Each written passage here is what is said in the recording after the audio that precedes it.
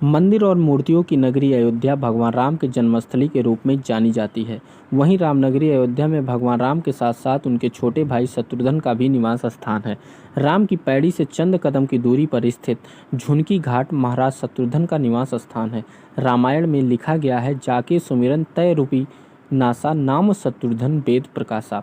महंत पवन दास शास्त्री बताते हैं कि यह स्थान भगवान राम के छोटे भाई शत्रुघ्न का है, जिसको सेवा अवतार भी कहा जाता है, जिनका नाम लेने से मनुष्य के अध्यात्म, भीतरी और बाहरी सभी प्रकार के शत्रु का विनाश हो जाता है।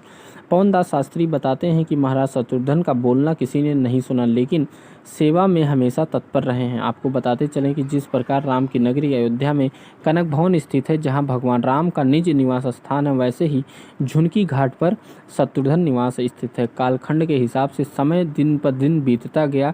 कभी इस जगह पर ऊंची ऊंची बिल्डिंग हुआ करती थी, साथ ही कभी यह स्थान नष्ट हुआ, लेकिन उस जगह की महिमा वैसे का वैसे बना रहा। शत्रुघ्न निवास का जीर्णोद्धार स्वामी रघुवीर दास ने कराया था। वहीं महंत पवन दास शास्त्री बताते हैं कि शत्रुघ्न निवास में देश के कोने कोने से हजारों की संख्या में श्रद्धालु आते हैं और अपने आप को धन्य मानते हैं।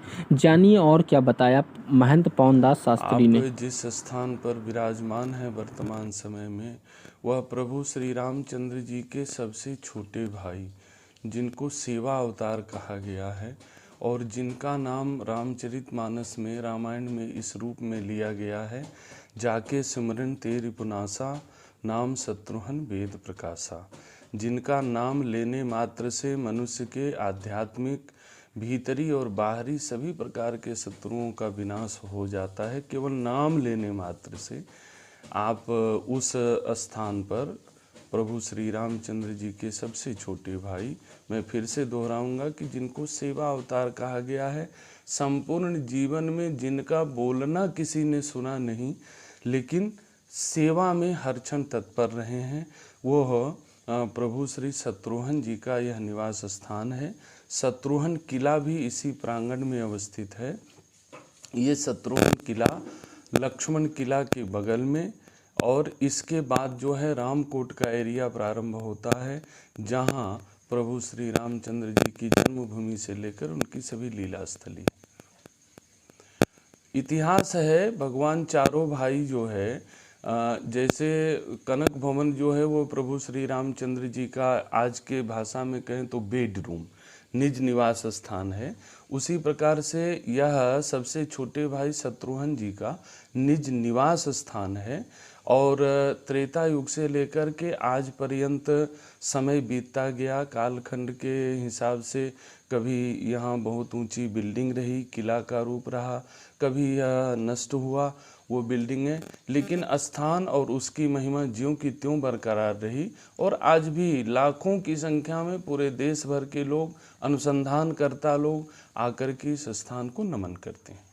इस सन 1900 के लगभग स्वामी श्री रघुवीर दास जी बड़े सिद्ध संत थे, क्योंकि अयोध्या कुछ कालखंडों में विलुप्त होती रही, अनेकों बार विलुप्त होती रही। महाराज विक्रमादित्य ने एक बार बसाया। विक्रमादित्य के बसाने के बाद भी लगभग 500 वर्ष पूर्व जो है, यह उसी प्रकार की स्थिति को प्राप्त हो गई थी जैसे विक्रमादित्य महाराज के काल में हो गई थी। तो कह रहे हैं तो इसका जो पुनर्निर्माण है, जीर्णोद्धार है, वर्तमान रूप में वर्तमान समय में जिस रूप में इसको आप देख रहे हैं, स्वामी श्री रघुवीर दास जी ने सन 1900 के लगभग इस जीर्ण शीर्ण स्थान की खोज किया और खोज करने के बाद उसको ये वर्तमान स्वरूप प्रदान किया। यहाँ 2 बार आरती का विधान है। बहुत जगह पर अष्टयाम सेवा पद्धति जहाँ लागू है, जैसे कनक भवन, हनुमान जी इत्यादि में, तो वहाँ तो 8 प्रहर जो है वो आरती होती है, लेकिन यहाँ संध्या और प्रातःकालीन आरती हुआ करती है। और उसके बाद मंदिर का जो नियम है, प्रातः जो है 7 बजे और 6:30 बजे गर्मी के समय में, 7 बजे गर्मी के समय में, और हे भगवान इसके समय में, और गर्मी के समय में 7 बजे प्रातःकाल, और ठीक सायंकाल भी इसी समय आरती का आयोजन किया जाता है। आरती के पश्चात जो है अपने अपने वैष्णव परंपराओं में आरती गाने का नियम है प्रभु की स्तुति करना।